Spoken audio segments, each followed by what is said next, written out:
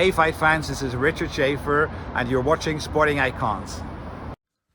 Okay, so the WBA have just released their new rankings for the month of April up and down the weight divisions. But on this one, we're going to talk about the heavyweight division, as I do each and every month for all of the sanctioning bodies. So if you're new here, make sure you are clicking that subscribe button. It's free. You'll love it over here. In fact, I'm the only one here on YouTube who does this each and every month. So if you want to be kept updated, make sure you click that subscribe button. Do it right now.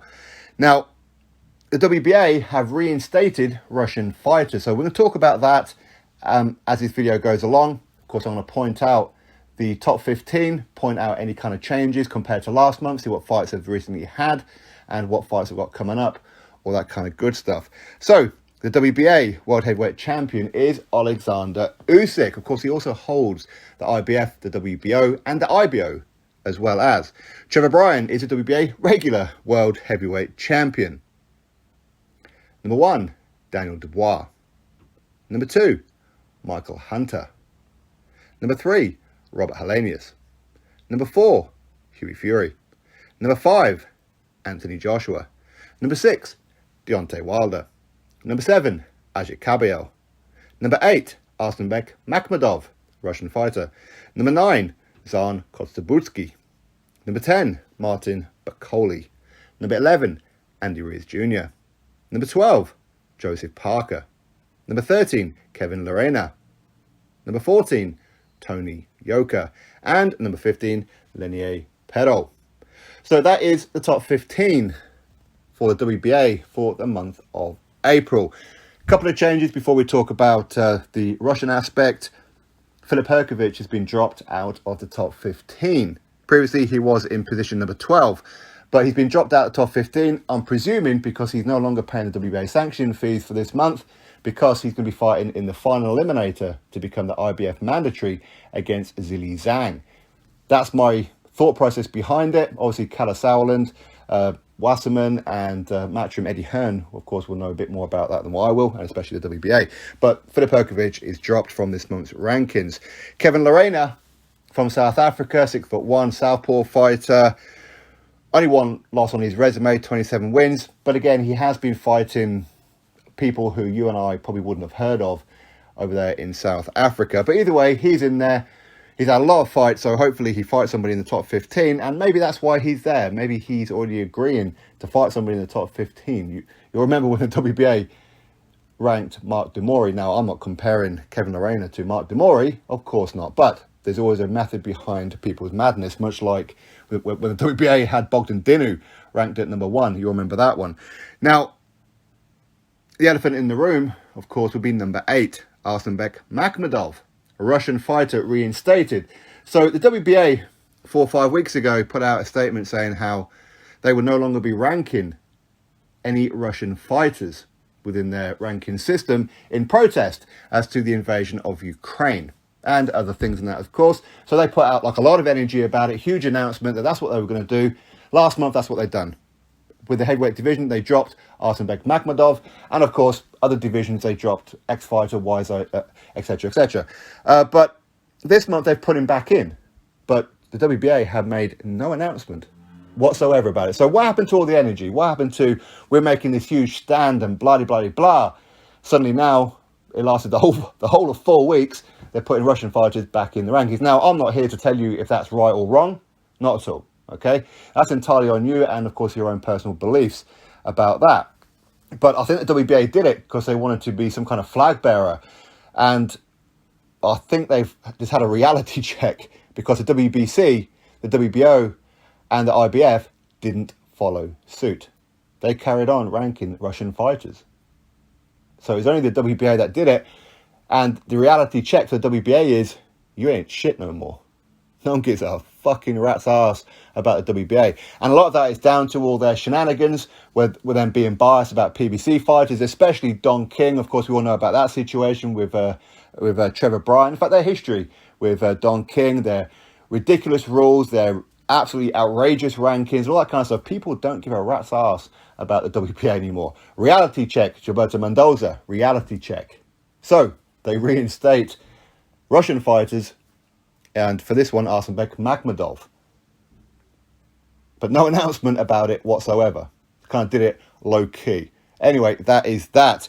Now, of course, since the last video with the WBA rankings, certain fights have now been ordered, certain fights have been made. Trevor Bryan will defend that WBA regular world heavyweight championship against number 1 Daniel Dubois. Now, again, we've already covered the whole story. Should Daniel Dubois be number 1, considering he lost to Joe Joyce, and then, of course, he fought Bogdan Dinu and all that kind of stuff, and we've covered all that kind of stuff before. But either way, Don King, he won the purse bid. $3.1 million for Trevor Bryan versus Daniel Dubois, with a split of 55% to the champion, Trevor Bryan, 45% to Daniel Dubois. Don King's not happy about that. Again, I've already spoken about that in the video. Go check that one out, where Don King now is potentially going to go to court because he believes it should be 75% in favour of Trevor Bryan, with 25% going to Daniel Dubois. Who knows if he'll be successful or not, but hey, this is the WBA and Don King and their bias shenanigan relationship. Okay, so we'll have to wait and see, but either way, that is something fresh for this month. No news yet on Hughie Fury versus Robert Helenius. That has been ordered as an eliminator by the WBA. Now, when I seen Ben Shalom, this is when I was in Cardiff for the Chris Eubank and Liam Williams fight, I mentioned to him about the WBA ordering this particular fight. He didn't know anything about it. Of course, I told him. Of course, now he knows about it. I heard Peter Fury say a couple of days ago that they've now agreed an opponent, and that will be announced in the next couple of days. It'll be seen as a 50-50 fight. He's a fighter that a lot of people have been avoiding. Maybe it could be Robert Helenius if Hughie Fury is going the WBA route, which would be ideal for him, really. It would be. But there again, there might be other options within other sanctioning bodies. Maybe Hughie Fury could have taken on a Joe Joyce or someone like that. You just never know. No other real fights have really been announced. Of course, we're still waiting for number 10, Martin Bacoli, and number 14, Tony Yoka. That fight will be happening next month in May in Paris. But of course, we knew about that from, a few weeks ago now. So that's nothing new. We're still waiting on that fight. Anthony Joshua, of course, that's new news as well. Anthony Joshua will get his rematch against Oleksandr Usyk. Usyk was given permission to leave Ukraine by the ministers of Ukraine. I don't know whether or not he actually needed permission. Kind of conflicting story. Some say because he's a father of 3, he's allowed to leave anyway to protect his family.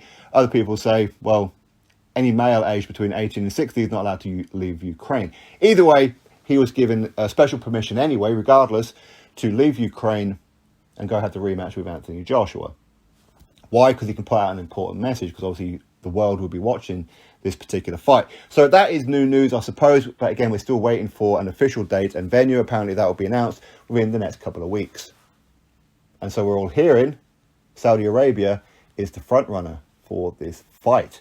But Adam Smith said to me in a recent interview that should Anthony Joshua continue with Sky, he's trying to push for the rematch to happen in the same stadium as last time, at the Tottenham Hotspur football stadium in London. So again, we'll have to wait and see. But either way, that is new news as far as this particular fight happening. Outside of that, of course, we're still waiting for Wilder. We're still waiting on Ajit Kabir. In fact, we're still waiting on pretty much everybody, to be honest with you. Maybe Joseph Parker, number 12. Maybe he could end up agreeing with a Joe Joyce. You know, talks have been ongoing between Joseph Parker and Joe Joyce. But again, that will probably be for the WBO mandatory position.